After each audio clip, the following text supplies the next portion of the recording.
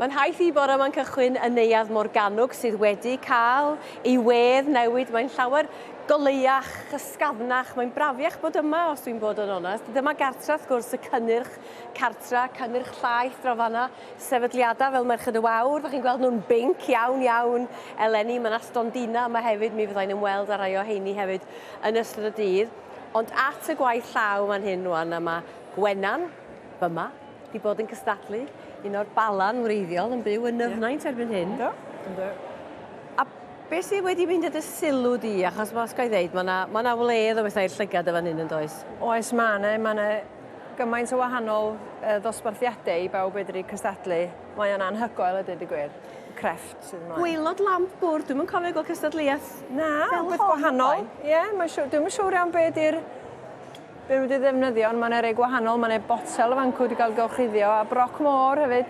Mae hwnna'n neis. Ydy, mae hwnna'n neis. Andros o neis. Ydy. Gwahanol. Da iawn. A gwaith beads yma ne, mwclis. Ond mae brodwaith yn rhywbeth sydd wedi bod o ddiddordeb i ti yn rhan o'r gymdeithas brodwaith. Do, ar un plwg, do, di bod yn Sir Feirionnydd, do, di dysgu lot o fanno hefyd. A mae'n examples o fynd o wahanol cross-stitch, a yndi, lot o bethau gwahanol. A wrth gwrs mae'r gystadleuaeth yn agor i unrhyw gyfrwng, so mae'n waith ffelt, llgodau fach i'w chwmffo ni sydd yn eistedd rhwng y taflenni. Felly bookmark ydy hyn, llyfrnod fel maen nhw'n dweud. Ie, mae hwnna'n dda, dydy. Ydy. Licio hwnna. Mae'n ffelt, mae'n grosio, a Greigen Gymraeg, ddeis neis iawn o fanna. Darllenwch mwy. Ie, gwych. Da iawn. A wedyn, oes da ddiddordeb yn cwiltio? Oes, dwi wedi rhoi'n rhaw ar gwiltio hefyd. Mae hwnnw'n yn grefft arbennig eto. Mae hwn yn, dwi'n licio hwn, mae o'n efo'r cwlwm Celtaidd yn mynd o'i gwmpas, so mae'n fendigedig. Mae'n dipyn o sgil yn dydi? Yndi, a lot efo'r cwiltio, dwi'n meddwl, ydy dewis y lliwiau hefyd. Mae hynny'n bwysig efo cwiltio. I gyd fynd efo'i gilydd. Ie. Mae'n fendigedig. Wedyn mae yna gardia cerdyn i gartre newydd. Mae'n neis hwnna. Croesbwyth di hwn efo yma, ie? Ie, hynde. Ie. A hefo amlen. Ti'n gorau rhoi amlen neu bocs neu gwneud amlen hefo fo. Ie. A rwan, Gwenan, feddwn ni at gystadleuaeth, pa rosanna cerddad wedi i gweu? A ti wedi cystadlu'n hon? Do, dwi wedi gweu sanne o blaen blynyddoedd maith yn ôl. Pryd o'n i'n aelod o Glwb Ffermwyr Ifanc. Pa glwb? O Clwb Cwm Tir Mynach, Sir Feirionnydd. Ie. A dwi'n siŵr yn y gwaith cywaith neu rhywbeth oeddwn i'n neud o.